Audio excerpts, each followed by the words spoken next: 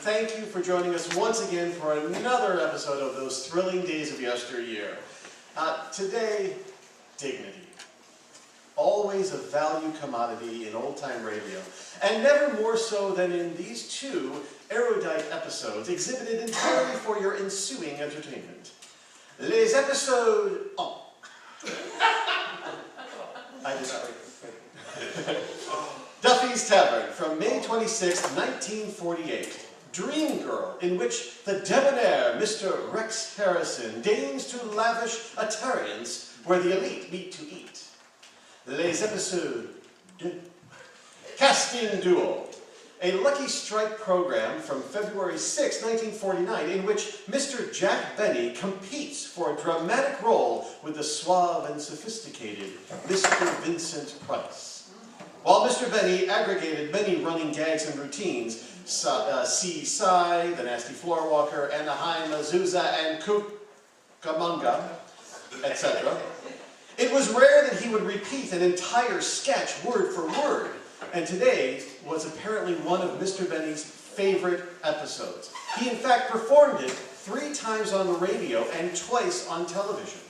The casting varied between Vincent Price and Basil Rathbone, with Claudette Colbert or Irene Dunn as the female lead, but the end result was always the same. A fascinating dichotomy presents itself at this juncture. Was the sketch cherished for its casting, or for a certain je ne sais quoi, which... Mr. Dooley, yes, Mr. Timpa? if I may be permitted to interrupt. Yes, positively, Mr. Timpa. I thank you. On February 2nd, we lost one of the last remaining great comedians who started in radio, Bob Elliott of Bob Ray. In memory of Mr. Elliott, we'd like to present you with a fascinating interview. This is a great surprise to me because I haven't had an opportunity to meet and talk with our next guest yet. So would you stand there now and tell us your name, please? Harlow P. Whitcomb. And where are you from? From Glens Falls, New York. New York. And what do you do? I am the president and recording secretary of the STOA. And what does that stand The Slow Talkers of America. Oh! We believe And speaking slowly, informing your words. our ideas and opinions clearly before Speaking. we speak.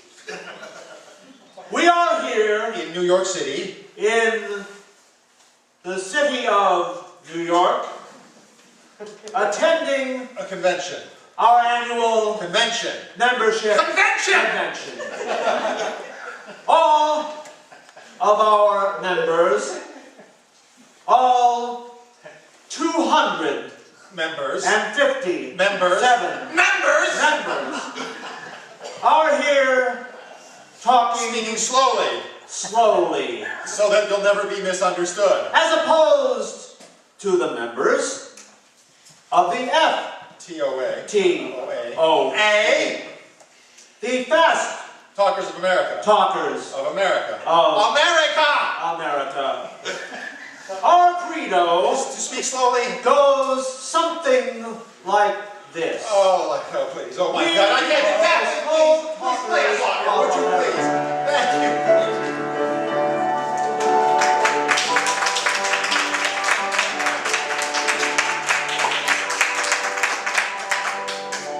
It's Wednesday night, so we take you now to Duffy's Tavern with our guest tonight, Rex Harrison, and starring Archie himself, Ed Gardner.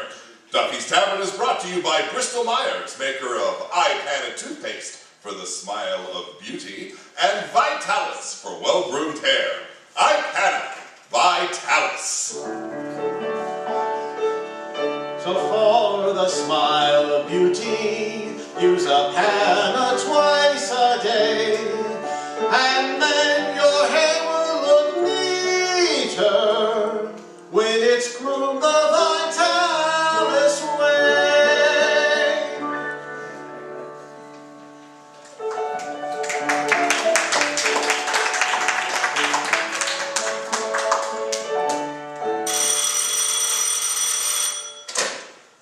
Hello, Duffy's Tavern, where the elite meet to eat. Archie the manager speaking. Duffy in here. Oh, hello, Duffy. Tonight? Rex Harrison, the famous British cinema star. Yeah, one of the Chutney and Putney set. Huh? How come there's so many English actors in America? Well, Duffy, we send a lot of our actors to England. It's sort of a hams across the sea policy. What's Rex Harrison like? Well, he's tall and lean and svelte. You know, the perfect build for a monocle. Yeah, typical Englishman, Duffy. He dresses with that casual carelessness, the aristocratic look of studied sloppiness. Huh? Well, Duffy, you must know him. He was in that Anna and the King of Siam. Yeah, that's right, where he's got the 20 wives. Yeah, imagine a guy coming home and trying to explain to 19 of them where he was tonight. And that reminds me, Duffy, I've been holding this out on you, but I'm planning to commit matrimony myself. Well, it's pretty definite. I said yes, and the dame ain't said no. Yeah, well, I'll keep you informed if there's any further communiques. Okay. Mr. Archie, what's this marriage talk? I thought you was finished with romance. Yeah, I was, Eddie, but I guess women is me weakness. They're a habit, you know, like cigarettes. You mean it'll take a whole pack of them to get you to spend 15 cents? Don't start with me, Eddie. This time it's the real thing. I see. And when is this marriage going to take place? Well, she ain't set a definite date yet. Uh-huh. Has she told you she'd marry you? Well, not exactly. Has she told you she loves you? Well, no, Eddie. You see, there's one slight hitch. What? I ain't met the dame yet. Well, maybe after you've been married a couple of years, you'll get somebody to introduce you. Yeah. Tell me, what's she like? Ah, she's wonderful, Eddie. Uh-huh. Just my type. Well, that narrows it down to blondes, brunettes, redheads, and baldies. Eddie, what I mean is that usually, if a dame has got beauty, she ain't got brains, you know? And if she's got brains, she's usually ugly. This dame has got both. So this one is both dumb and ugly? Then how'd you meet? Or rather, how didn't you meet this lady? Through the press. The press, huh? Yeah. Her picture was in the Times, in that Rodham Gravure section, you know, that, yeah, I got it right here. Take a gander at that face, Eddie, and that figure. Look at that. Let's see. Bonnet braids sat a style of Danbury County. Eddie, that's the other wrong side of the paper. Oh, I'm sorry. Beauty and brains. Miss Barbara Maxwell, brilliant, fastest student graduate, magna cum laude.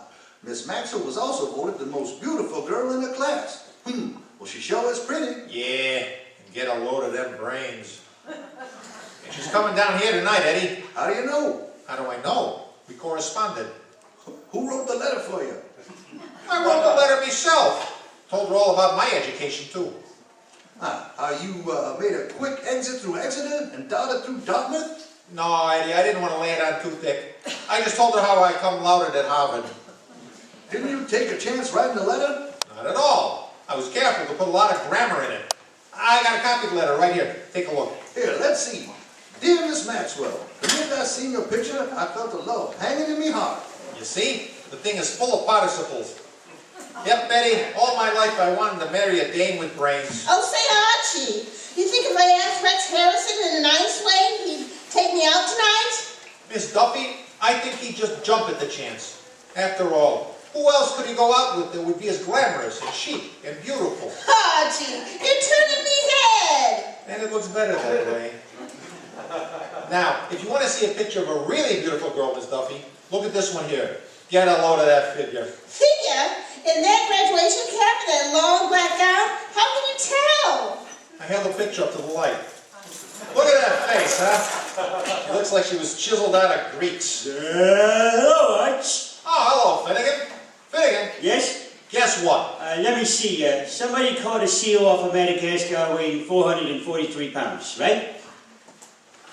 What kind of nonsense talk is that? Well, Arch, she said, guess what? So I just took a chance.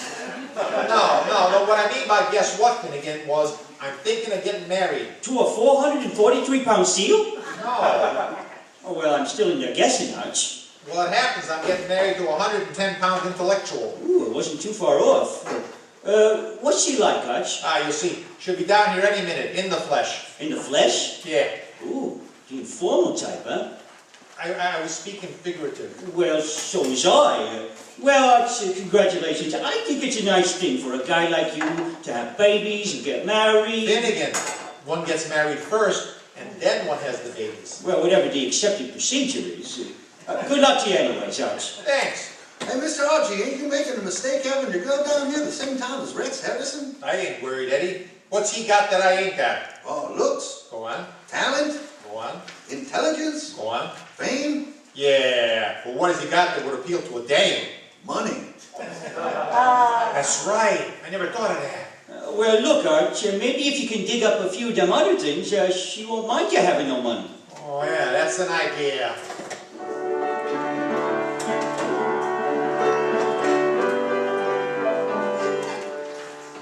You know, this is the time of year when a young man's fancy turns to borrowing his father's car.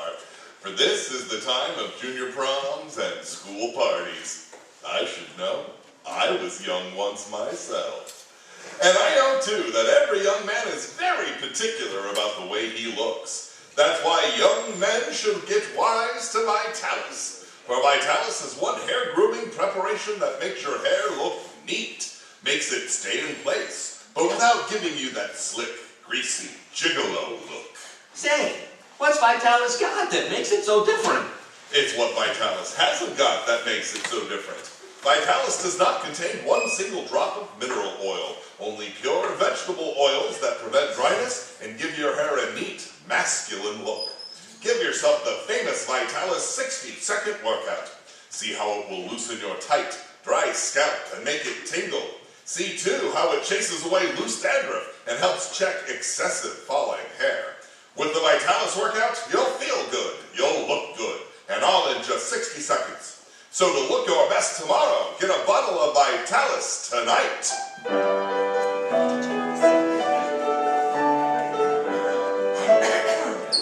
Hey, Eddie. Hey, yeah. I'm expecting the future bride here any minute, and as I told you, she's one of them Phi Beta Kappas, you know, so I was wondering, what can I do to make the tavern here seem more intellectual? Leave. I wish you'd cut out the risibilities. Now, what I mean is, she's a cultured dame. Maybe we ought to scatter a few books around the joint. We ain't got no books. Oh, huh? Well then, just turn a few of them menus upside down, and we'll tell her they're library cards. Let's see, what else can we... Eddie! Yeah? Eddie, do you think that moose head is shaggy enough to pass for a bust of Einstein? Hey, wait a minute, look who just come in. Rex Harrison, ain't he? Yeah, quick, get some arf and arf. What? Arf and arf. Well, you don't gotta bark at me. Who's barking at you? It's an English delicacy. Off and off? Yeah, it means fish and chips. We want to treat the guy like he's civilized, don't we? Good evening, Mr. Harrison. Hello, Archie. Well, Rex, I'm glad you was able to pop in, old Pip. This is your first visit to this tavern, ain't it? Oh, do people come down here twice? Not if they make cracks like that. But since you're a visitor from our colonies, I'll forget it. Incidentally, I just ordered some tippin' for you. Tippin'? Yeah, fish and chips, or as you English call it, arf and arf. Tipping, coming up. Thank you, Eddie. Here you are, Rex. How does it look to you? Well, here, let's see. 2 sardines on a cracked plate. Yep. Fish and chips. Go ahead, Rex. Crack your china on. Would you like to drown them in a cup of tea? Ooh, do you happen to have some brood? Oh, mercy, yes. The tea has been brooding all day. In fact, I think I'll have a cup with you. Good. Hey, that's a funny thing, you know. Here you and me is having tea together, and it was just a while back our ancestors fought a war over this stuff. But I always say, bygones will be bygones. Well, down the hatch. Archie, this tea, What about it? what are you trying to do? Start another war? Yeah, he's even using the same tea. Eddie, it's loose talk like that that sinks ships. How did you happen to come down here to Duffy's Tavern, Rex? Well, after all, it's a world-famous place. Well, thank you. Yes, why, even in London, people warned me against eating here. Mr. Harrison, a lot of pride is going into making Duffy's Tavern what it is. But with lack of customers, how do you manage to stay in business? We're too proud to declare bankruptcy. But enough talk about the tavern. Let's talk about you, Rex. Tell me, do you, Miss Duffy, what is this? It's kind of disappointing. He's even better looking than I thought. Then why are you disappointed? He's married. Rex, Rex, this is Miss Duffy. You'll have to excuse her. She slept with so many wedding cakes under her pillow that she has to comb her hair with a fork. Mr. Harrison, I love the way you Englishmen dress. Thank you. Is your wife very jealous? Why? Would you mind if I rubbed my cheek against her tweed coat? No, not at all. Really? No. Here's the key to my closet. Anytime I'm not at home, drop in and rub away. Great idea, Rex. And while she's in there, she can scare away the moths. Incidentally, speaking of that clothes closet of yours, scram. Speaking of that clothes closet, you don't have to have anything in there that would be suitable for me to wear to a wedding, would you? Well, I've a cutaway coat. Cutaway? Look, when I go to the trouble of buying a coat, I like to get all that's coming to me. Besides, my dame might not like me walking up the aisle with my shirt tail hanging out. So, Archie, you're talking about your own wedding. Yep, I am, Rex. You see, I figured there's a time in the life of all of us when we should trip the light fantastic. Oh, let me offer you my congratulations. What's she like? Oh, very intellectual. You know, the kind of dame that sits in the parlor and listens to information, please, even when she ain't trying to impress visitors. That's my big problem. What am I going to talk about to a dame like that? Oh, any number of things. Well, like what? Oh, paleontology, Well, yes. thermodynamics, Yeah, that too. Yeah. the internal structure of the octahedral crystals. Oh, that I'm afraid might be over her head. By the way, where did you pick up them things? Listening to information, please. Did you pick up any other good ones? Well, let's see. Ah, oh, yes. John Kiernan said the population of the Earth was 2 billion.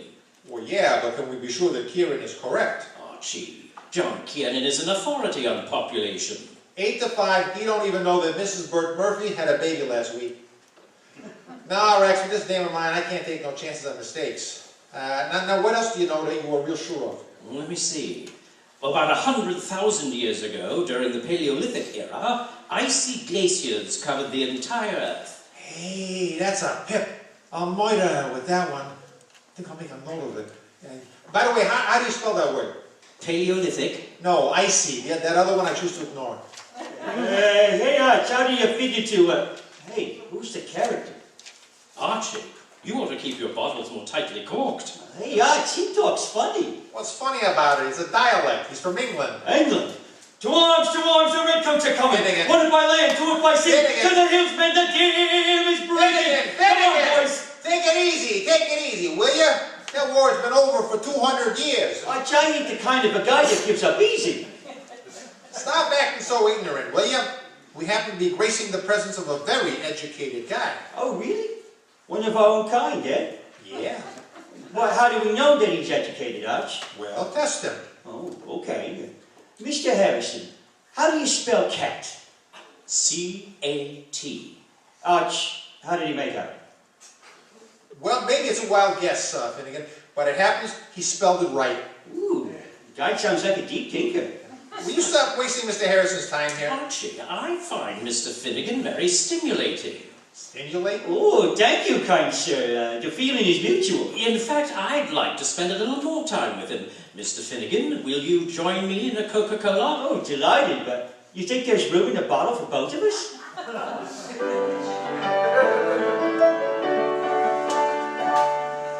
If you've ever wondered about the right kind of toothpaste to use, then listen to this. It should help you. More dentists recommend Ipana to their patients than any other toothpaste. And not only that, more dentists use Ipana for their own personal use, according to a recent nationwide survey. So friends, why don't you try Ipana yourself and see why it's so popular with dentists? See why Ipana is so popular with lovely women everywhere too. For Ipana helps your teeth as well as your smile to brightness and loveliness. That's because Ipana really gets teeth clean, but safely, without gritty abrasives. And, followed by a gentle gum massage, aids the health of your gum. So ask your dentist about this home care of teeth and gum, and then let Ipana help you to brighter teeth, a more sparkling smile. Get Ipana and get started toward your own Ipana smile of beauty.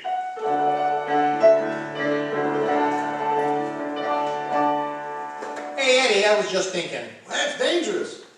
Cut it out. No, but my future bride's gonna be here any minute. What kind of flowers do you think I ought to buy her? Oh, how about a nosegay? This is no time for pig Latin. I want to get her some flowers so she'll realize I got culture as well as intelligence. Well, them flowers might be right for culture, but what you gonna do about intelligence? Show her that gold sky you got for basket weaving? Only as a last resort. Incidentally, look at that Harrison over there. Where? Over there in the corner, still talking to Finnegan. Can't figure it out. Why would a guy like Harrison talk to Finnegan? Well, he is here for a rest. Maybe he's just tired of talking to people.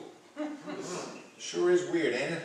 Hey, wait a minute. Hey, this must be the dame now. Who? Barbara Maxwell. Look at her. Don't beat the script, boy. Oh boy, what a magnum cum laude tomato. Pardon me, I'm looking for a gentleman named Archimedes. Oh, no. Do you mean Archimedes, PhD, LLD, and MA? The gentleman what wrote you that letter? Yes. I am that him. Tell me, Miss Maxwell, ich hike hope 6 Caesar Romero in Hock? What's that? Don't tell me you don't talk Latin. Is it Latin? Of course. No wonder it's a dead language. Perhaps you would prefer to converse in Sanskrit. Oh, Archie, why don't we just talk English? If you insist. But for us intellectuals, it seems like such a live language. Don't worry, we'll kill it. Archie, your letter said you're a Harvard man. When did you graduate? 1908? 1908? But you couldn't have been over 5 years old. See what a genius I was? In fact, I was so little that instead of diapers, my old pop used to wrap me up in Harvard pennants. By the way, speaking of paleontology... What? Paleontology! Don't tell me you never heard of paleontology. No, what is it? Oh, kid, you better go back to Vassar. Have you never heard of them thermodynamics or them Oxford Cedric Prentfeld? No. You didn't. Oh, I'm afraid my family wouldn't approve of you. Maybe I can wise you up before you meet them. You see, about 100,000 years ago, before the days of Figaro, the whole Earth used to be covered up with icy glaciers made out of them paleolithics. You remember that now when you meet me, old man. You mean your whole family are intellectuals? Even more than me. Well, in that case, I'd like to meet them. Well, right at the moment, Dad is very busy. You know how things are at Oak Ridge. Your father works at Oak Ridge? Oh my, yes. What does he do there? He's assembling the atom. Oh. Well, then maybe I can meet your mother. She's at Oak Ridge too. She's helping me father. You know how slippery them atoms is. She holds them while he splits them. So, now that you know about me family, what do you say? Would you like to get married? But Archie, I don't really know about your family. I've only heard about them. I think before we talk about marriage, I ought to meet at least one member. Yeah, gotta have a relative, huh? How about Uncle Rex? Oh, yeah. Miss Maxwell, did you ever see a picture called Anna and the King of Siam? No. The Foxes of Harrow? No. What a coincidence. What? An uncle of mine just arrived from England. I'll have you meet him. Uncle Rex. Archie, that distinguished-looking gentleman is your uncle? Yeah, he's Dad's brother on the distaff side. Uncle Rex, I would like you to meet me future intended, Miss Barbara Maxwell. How do you do, Uncle Rex? Oh, no. Uncle Rex, I understand you just came from England. England! To arms! The redcoats are coming! Uncle Rex! One if I land, two if I sea! Rex! To the hills, men! The dam is breaking! Uncle Rex, what has came into you? Hey, Arch, Huh? where'd you find the tomato? Barbara, I must apologize for Uncle Rex. You Oh, see... don't apologize. I find your Uncle Rex very stimulating. Would you care to go for a walk in the park, Uncle, where we can discuss biology? You got it, kid. So long, Arch. Hey, wait a minute, what kind of a dirty trick is this? I say, Archie, old chap, would you join me in next bottle of tipping?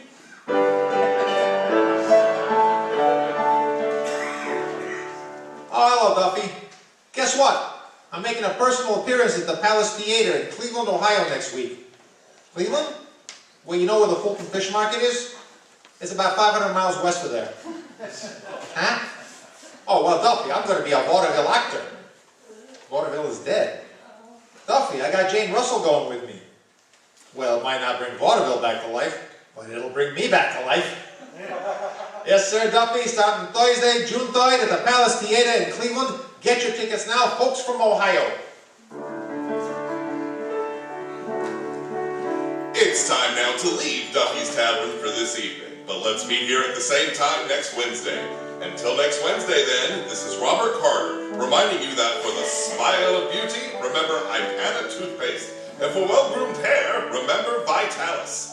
Rex Harrison appeared through the courtesy of 20th Century Fox, producers of The Iron Curtain, starring Dana Andrews and Gene Tierney. The annual poppy sale is now on. Wearing a poppy helps the disabled veteran who made the poppy, and also other disabled veterans and families of veterans now in need.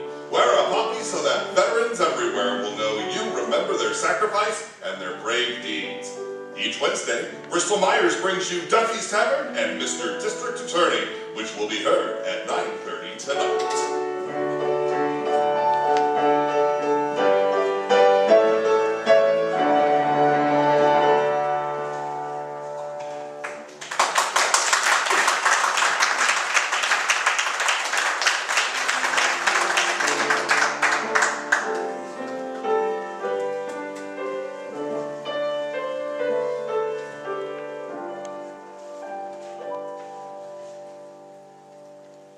There's a saying old, says that love is blind. Still we're often told, seek and ye shall find. There's a certain love that I have had in mind. Looking everywhere, haven't found him yet. He's the big affair I cannot forget. Only man I ever think of with regret.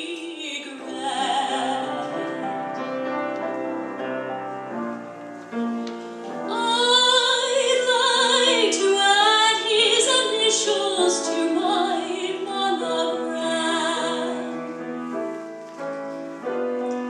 Tell me, where is the shepherd for this lost land?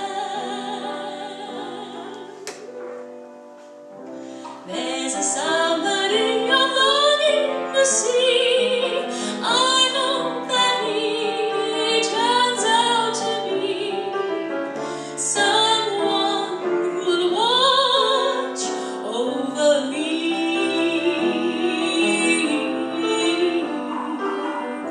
I'm a little lamb who's lost in the wood.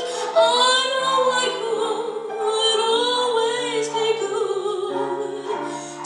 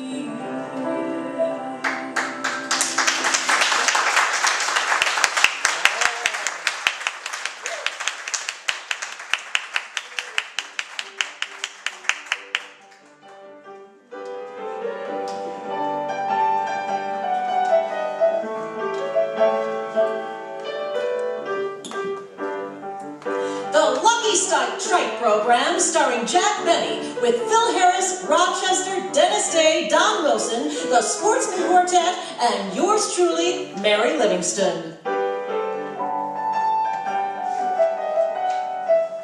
Ladies and gentlemen, today it's my turn to make the opening announcement because Jack still has Don Wilson locked in his den, and he intends to keep him there until Don signs his new contract.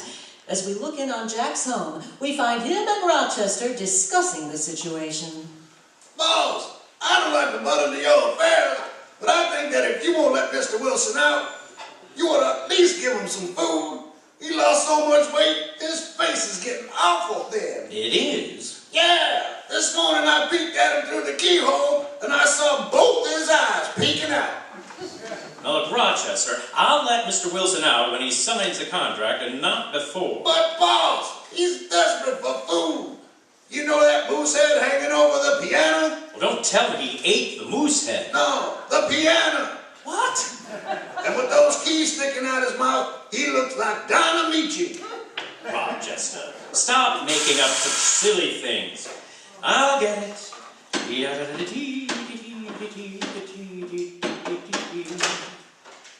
Hello, Jack. Jackson. Well, this is a coincidence, all three of you coming at the same time. Jack, it's no coincidence. We're over here to make a protest. A protest? Yes. Just because Don won't sign his contract, you lock him up like a common criminal. Well, it's awful. It's humiliating. It's insulting to his dignity. Oh, it is, eh? Well, what have you got to say about it, Dennis? Nothing. Tenors are a dime a dozen. Well, look, kids, I don't think this is any of your business. I happen to be the boss of my program, and I'll run things the way I want to. Well, we're making it our business. Oh, you are, eh? Well, let me tell you something. A business is like a ship, and whether it sinks or floats depends upon the captain. And you know what it is when the crew revolts against the captain. Yeah, it's matinee. That's mutiny! Matinee. I'm ashamed of all of you. But you the most, Mary. Imagine you being the ringleader after all I've done for you. Took you from nothing, put you on the radio, and made a big star out of you. Huh, some big star. If I didn't double at the Burbank Theater, I'd starve to death. The Burbank Theater? Gee, ball of fire, Livingston. All right, now listen, all of you. Now listen. My business dealings with Don Wilson don't concern you.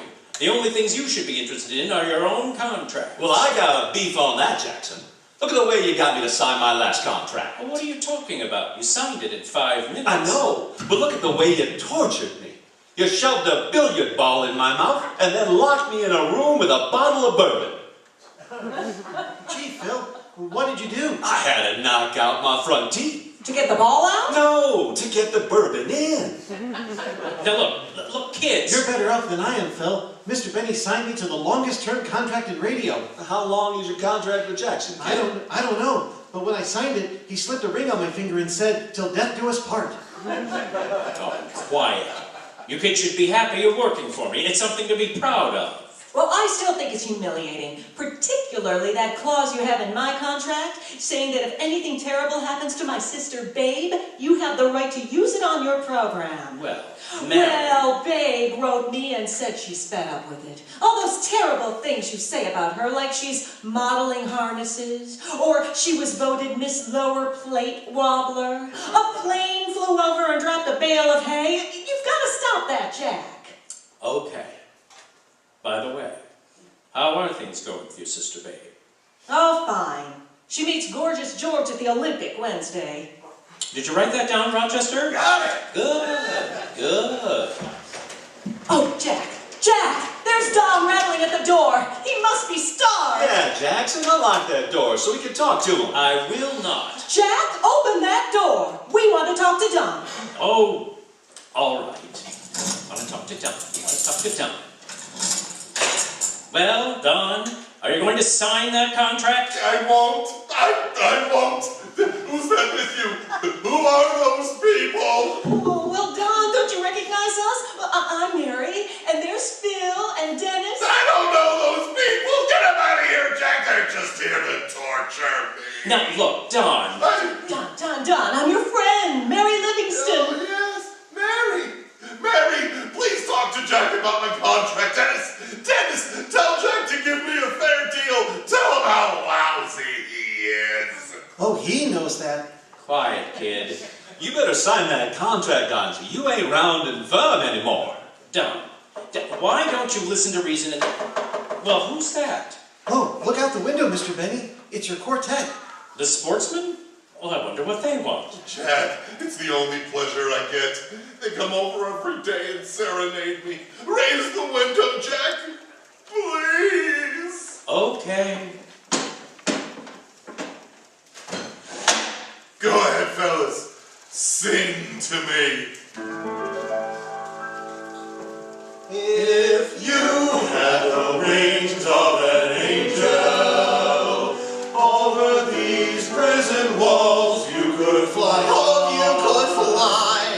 And then you could line up a lucky and ride on its John in the sky, up in the sky.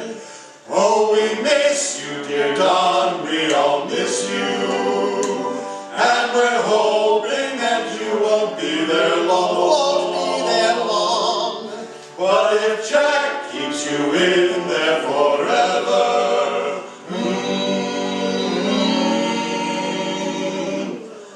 just smile and sing the words of this song. I'm feeling low, I'm feeling tense. These 8 words are common sense. Smoke a lucky, feel level best. Smoke a lucky, and we are sure that you will always do your very level best, best, best, level best.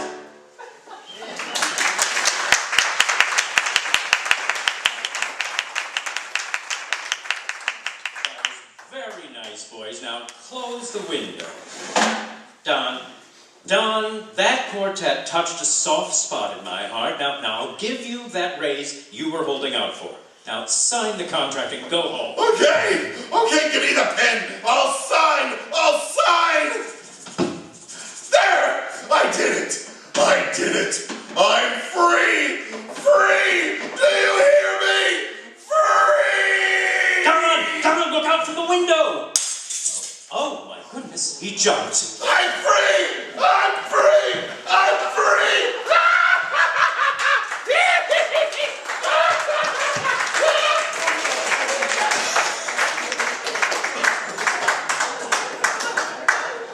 Gee, it's too bad he ran away so fast.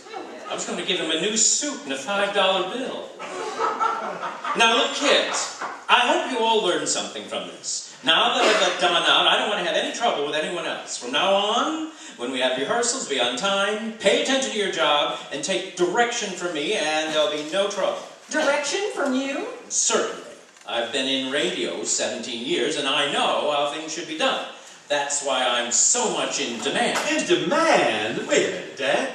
You told me you were going to be on the Ford Theater last Friday night, so I tuned in and heard Claudette Colbert and Vincent Price. You weren't even on. Well, Phil, they begged me, but at the last minute, I couldn't make it.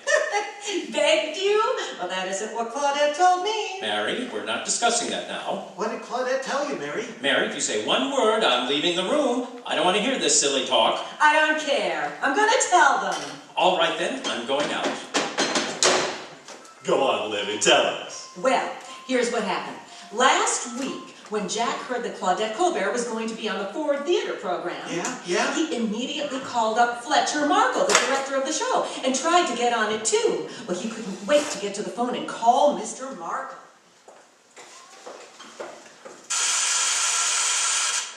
Hello, Kenyon Eckhart, radio advertising agency. May I speak to Mr. Markle, please? Who's calling? Jack Bennett. What's your Hooper? 28.9. Oh, then Mr. Markle will talk to you. Thank you. Hello? Oh, hello, Mr. Markle.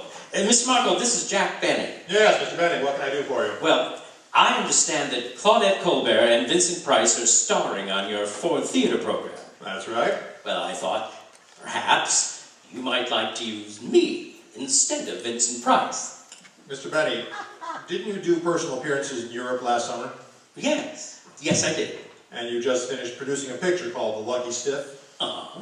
And didn't you just sell your program to CBS? Yes, that's right. Well, please, let somebody else make a buck, will you? Oh, Mr. Marco, it's not a question of money. It's a matter of proper casting. Now, does Miss Colbert know that you have Vincent Price? She picked him. Oh. Well, don't you think it would be better if... No. Oh, now, wait a minute. Mr. Markle, if you give me the job, I can save you money. You can. Yes, I can not only act, but I can play in the orchestra. You see, I'm also a violinist. So you see, by doing 2 jobs for the same salary, I'll be beating Vincent's price. That was a good one. Mr. Markle? Mr. Markle? Just a moment, please. I'm cutting my wrists. I'll wait. Wait a minute. Look, there's no need for bloodshed. Now, Mr. Markle, if you don't mind, I'll call Miss Colbert and take the matter up directly with her. I wish you would. Thank you. Goodbye. Let's see. I'll look up Claudette's number up in the phone book. Here we are. Caldwell, Cauldron, Colfax, Cold Cuts. Used to go out with a girl named Cold Cuts. Blossom Cold Cuts. Oh, okay, here we are. Colbert. Oh, here it is. Claudette Colbert, Crestview 73872.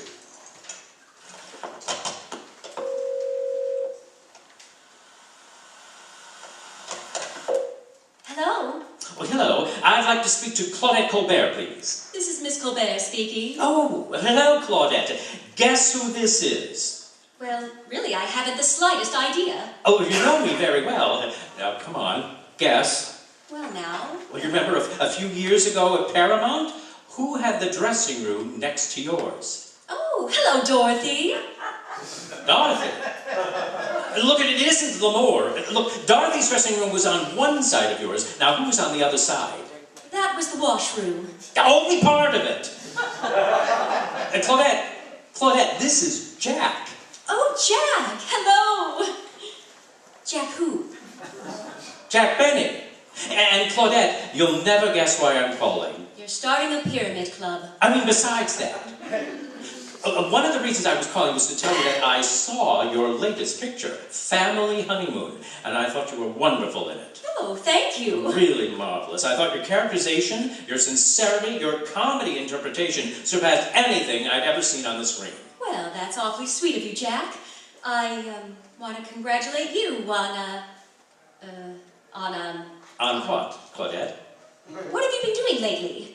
Lately? Well, I'm with Columbia now. Oh, well, how are things on Broadway at 9th?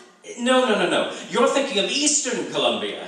You see, I'm with CBS. Oh. But look, Claudette, here's what I wanted to talk to you about. You see, Fletcher Markle, the director of the Ford Theater, just called me about the show you're going to do. Called you? Yes, and he suggested that I play the part of your husband in the sketch. But I understood Vincent Price was playing the part. Well, he was scheduled to, but if you want me, all you've got to do is speak up.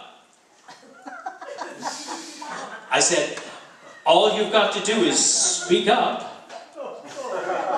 Claudette. Just call me Johnny Belinda. Huh? Oh. Well, I wish you'd think this over, because it would really be a wonderful break. Especially for me. I wouldn't say that. Let's just say it'd do us both a lot of good, shall we? Would you mind hanging up? Now, wait a minute, Claudette. How about the idea? Honestly, Jack, I have nothing to do with No, it. Claudette, I've got another idea. Why can't I? Will you please deposit 5 cents for an additional 3 minutes? 3 minutes already? Well, just a second. Would you mind dropping a nickel in, Claudette? You called me, remember? Oh, that's right. What am I thinking of? Oh, I've got a nickel. Gee, doesn't seem like we've been talking for 3 minutes, does it, Claudette? You ought to be on this end. Well, to come to the point, when do you start rehearsing for the play? Tonight at my house, but I don't think Well, you wait, ought to. tonight? Well, look, at your house. What time? No, Jack. 8 o'clock. I really don't see that you ought to... Well, thanks, Claudette. See you tonight. I'll read the part, and Vincent Price will read the part, and may the best man win. I hope so. I knew you'd be plugging for me. Well, goodbye. Goodbye. Oh, by the way, Claudette, shall I come for dinner?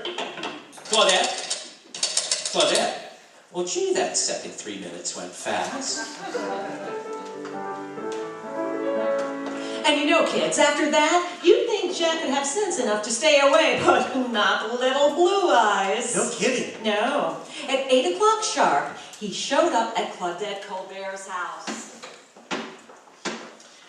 Gee, Claudette has a nice home.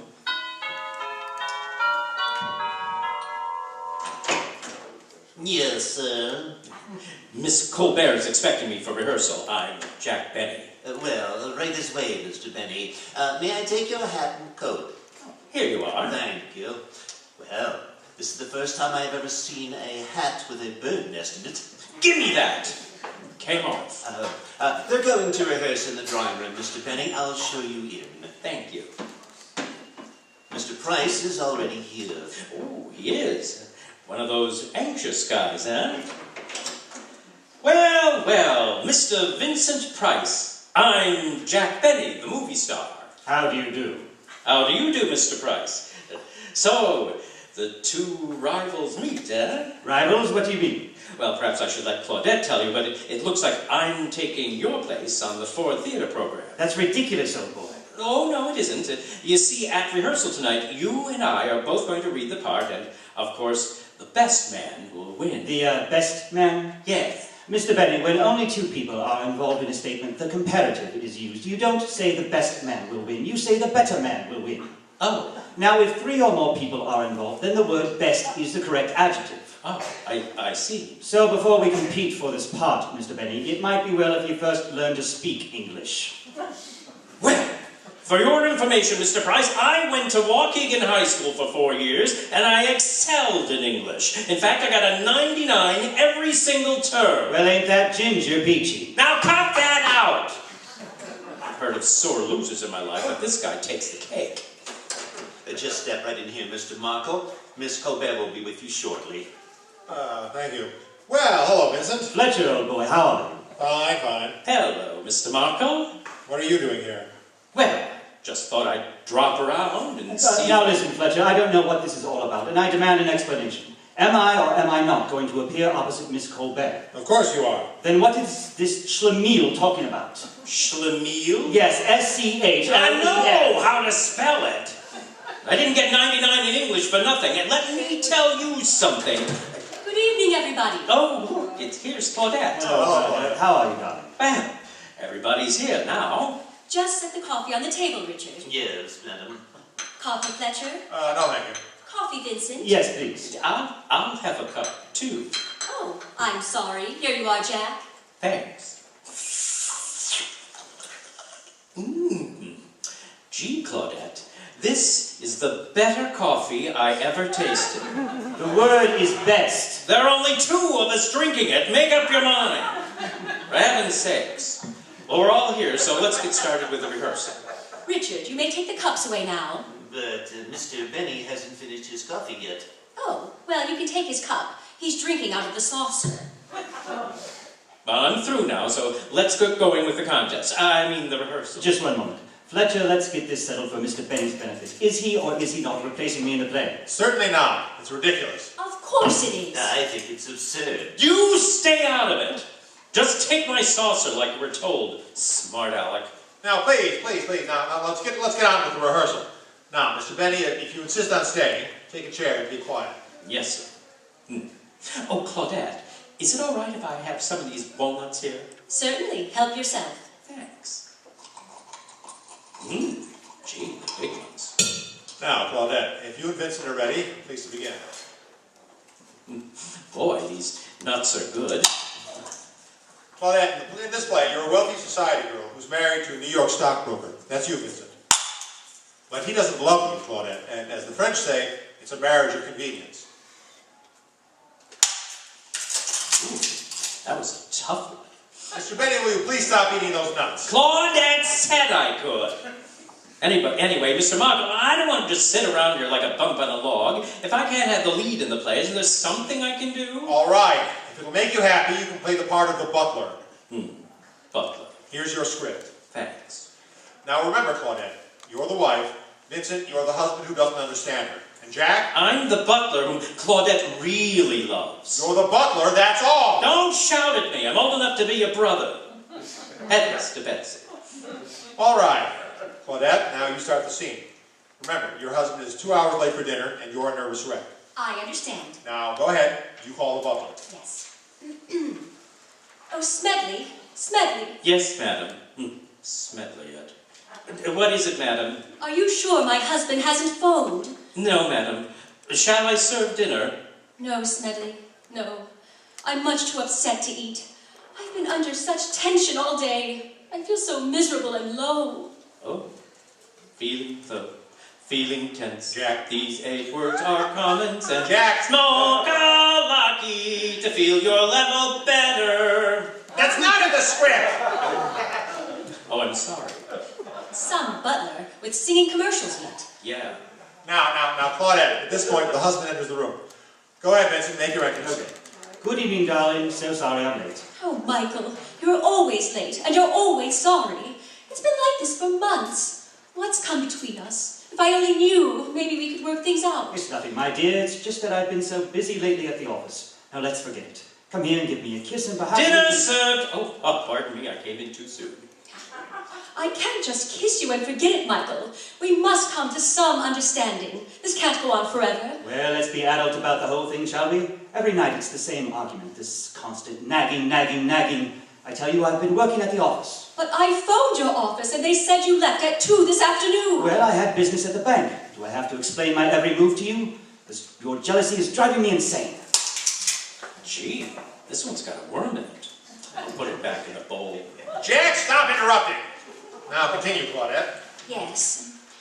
Oh, it's no use, Michael. I know you're lying. Look at you. Everything you say, everything you do gives you away.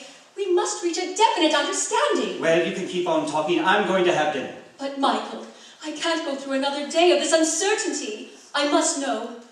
Do you love me or not? Of course I love you. You're lying, Michael, lying. Very well, then I'm lying.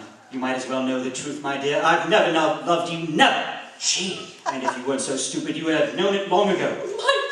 Michael, what are you saying? I married you for your money, that's all. Gosh! Everybody else knew it, and if you weren't such a blind little fool, you would have realized it yourself. Oh, stop, Michael, stop! Well, Gwen, now that you know how things stand, the sooner you divorce me, the happier I'll be. No, I'll never divorce you, Michael. I couldn't live without you. I couldn't. Tears. Oh, stop the dramatics. Michael! I'm moving to my club. Smedley, pack my clothes. I wouldn't touch your dirty clothes. You stinker! Jack, please be quiet. Continue, Vincent. Well, goodbye, Gwen. I'm going to the club. Our attorneys can get together tomorrow. Don't go, Michael. Please don't go. Stop hanging on to me. But I won't give you up. I won't. Stop it, I say. Let go of me. No. Then take that. That's it! Striking a woman! Put up your dukes, Mr. Price! What? Come on, fight! Well, look at Benny. He's out cold. Vincent, you shouldn't have hit him so hard. I didn't hit him. I did, madam. Oh, Shall I throw some cold water in his face? no. We'll just go and rehearse in the other room. Come on, Vincent, and bring the walnuts.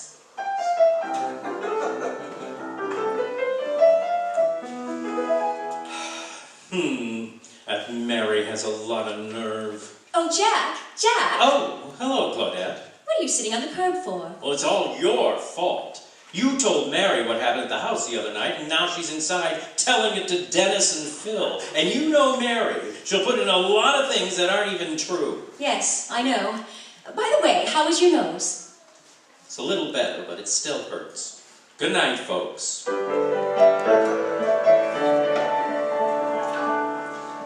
Ladies and gentlemen, be sure to tune in to the CBS Sunday lineup, which includes The Prudential Hour, Jack Benny, Amos and Andy, Sam Spade, and Woman Abner.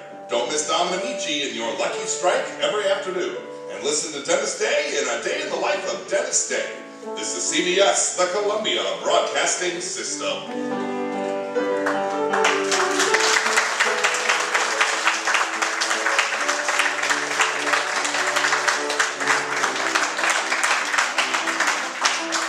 Thank you all so much for coming to our show once again, and we've had a wonderful time performing these classic episodes for you. We hope that you leave today stepping out into the world with a little bit more of that culture and sophistication that we have extended to you. But first, let's give you the cast of those thrilling days of yesteryear. Tim Baker as Rochester and Eddie.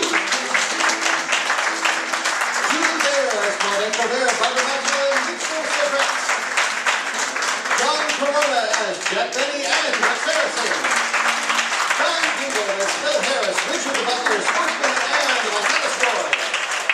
Greg Gustafson as Harlow P. Whitcomb. Marty Gustafson as Miss Stephanie, Marco Secretary, and the operator.